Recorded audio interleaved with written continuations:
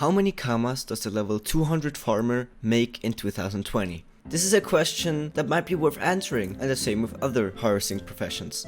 So today I'm gonna be farming for 1 hour and seeing how much money I can make. My route may not be the most optimized, but we'll get a good feel for how good harvesting professions are compared to others. Now the 1 hour starts, and up there you can see a timer for how much time has passed on the single area that I'm farming in. And right off the bat you can see I'm farming millet. If you're a farmer level 200, this shouldn't surprise you. If you don't already know, millet is basically the most expensive cereal you can get. And I was really lucky with none of this being farmed. Now the thing with millet is, I think it's about level 160 or 180, I believe. No, it's definitely a level 180, and the average price is quite high because of the things it's needed for. So it's always highly contested, and this is the only area that it grows in. So with that, even more people want to get it, and it's even harder to get despite what you're seeing right here. Now this is the first stop, and we'll return to it a couple of times.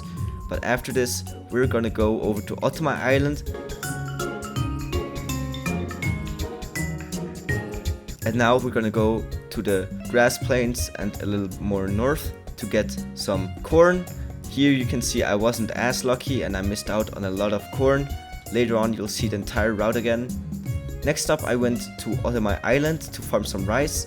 Sadly here I got a lot of stuff farmed before me already, so I didn't get too much there either. All of these are pretty high demand resources. For example, rice is needed for potions, like, Bontarian Express potions.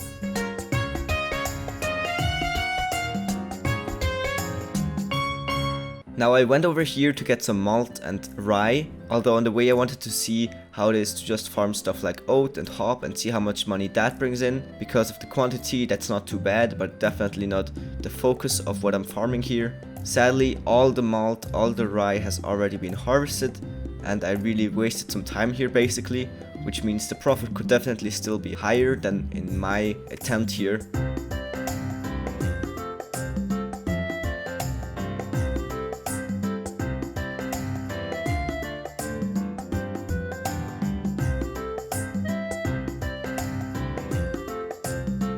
So next up I then went to Kanya fields in hopes of then finding stuff there. Again, I wanted to find malt and rye, although this time I was also out to get some hemp, and flax I took with me as well, because why not, seeing how much money it gives me for the small field I just farmed. And sadly I saw people AFK at pretty much every hemp field, so it was really hard for me to do anything.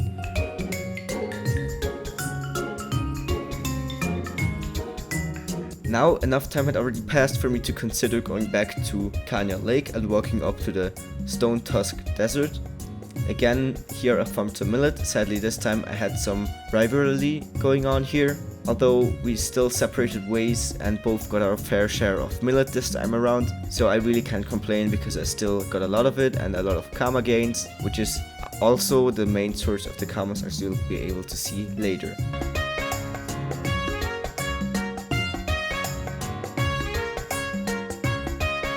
Now back to Ottoman Island, there was enough time for stuff to regrow here as well, so now it's time to farm all the corn again.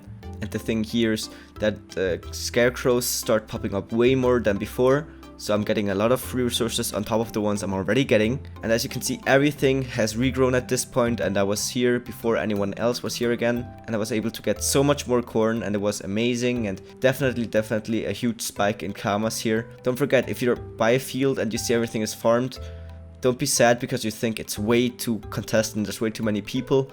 Most likely you just missed someone right before your nose farming everything away from you. And if you come back in a couple of minutes, you're gonna be the one farming everything before them. A weird habit I noticed myself doing all the time is zooming in on crops and character models, because those are like super high definition and I always wondered how exactly they look. So sometimes when I'm farming, apparently I just zoom in and look at them, and seeing all of this sped up shows me how often I actually do it. I think I'm gonna do it a couple more times in this recording still. And again, I go to farm millet. As you can see, this time there's really not that much regrown, although there's still quite a bit of it. And money is money, so I go through again and get some more of that stuff.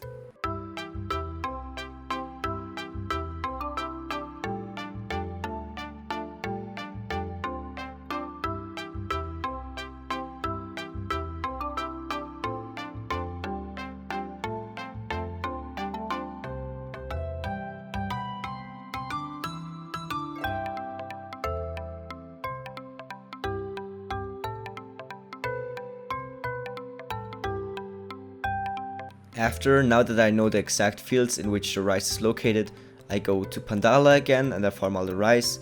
The reason I picked all these crops to farm is because they have a great value and the crops are very close to each other. Like the rice fields, for example, they are very close to each other, very short walking distance. Same with the corn and Otomai. And millet, it's just a free win. It's worth so much money and therefore it's really worth walking through all those maps just to get a few of that millet. After I did that again, we're going back to Otomai. Again, we had a lot of corn to farm here. And this is basically what I rinse and repeat now. Because I have the cycle now where I can kind of come back when everything respawns. If you're wondering when everything respawns, I don't know the exact counter. Although if you come back once in a while, often you can be the first one to farm everything again. Because they have no idea when you farmed it. And well, you do, and they will most likely not stick around and wait until a crop grows. So it's really good if you're in control of the fields, I guess you could say. And as you can see, we're also 3/4 of the time through already, and we've been able to make a great step in progress. And again, we can also go to the Stone Tusk Desert again after Pandala and after Otomai. It's time to go there again. You can see all the millet has respawned here. I mean, not all of it, but most of it, especially the ones that I couldn't harvest before. And during my harvesting, a lot of it respawns as well. So, you know, all the time you're doing something, stuff regrows. And it's amazing how you take nothing, you just have this profession and you're just able to make this much money. Because I'm used to making money by crafting things out of stuff I buy and using that investment to make more money by selling it or destroying it and selling the runes. So this is quite impressive, and it feels really good to know that you can make so much money out of this, and you're gonna be very interested to see how much money I can actually make and how much money I really just did make.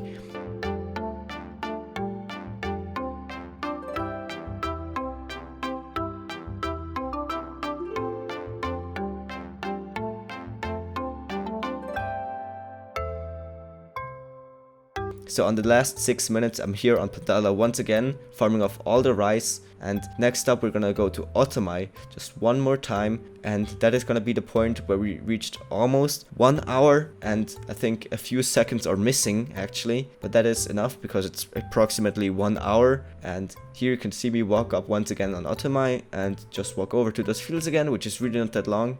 Of course, I have the mount GPS, but it also works without it, obviously. And there accidentally started the wrong program for no reason at all.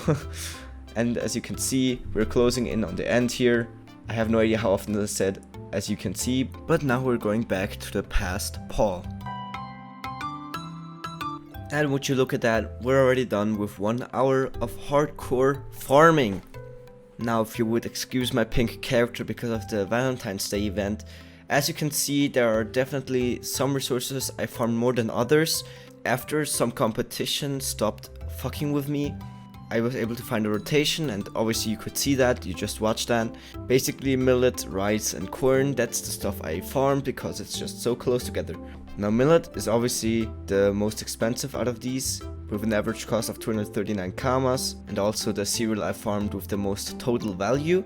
Although we should respect also that, for example, a few oats or a few flax, you know, and the hop also is worth like 10 KK each, even though I barely even farmed it. It's just because you get so much more out of a single harvest that it just still pays off a little. Now, as you can see, the total is down here. We've got ourselves almost 600 KK, and you could easily reach 600 KK in 1 hour, which means without having to do anything, without thinking, without having to go through frustration of exo-maging, without anything, you are able to get 600 KK worth of resources in 1 hour of farming with this profession if you have it at level 200. So this is definitely something I would do if I just wanted to chill and I still want to make KAMAS. So I don't want to find recipes, crush them and do what I usually do and just chill out, watch a live stream, watch some videos and just relax. So this is how much I was able to make with the farmer profession in 1 hour. Stay tuned for other videos about the other farming professions, and I'll see you all in the next video.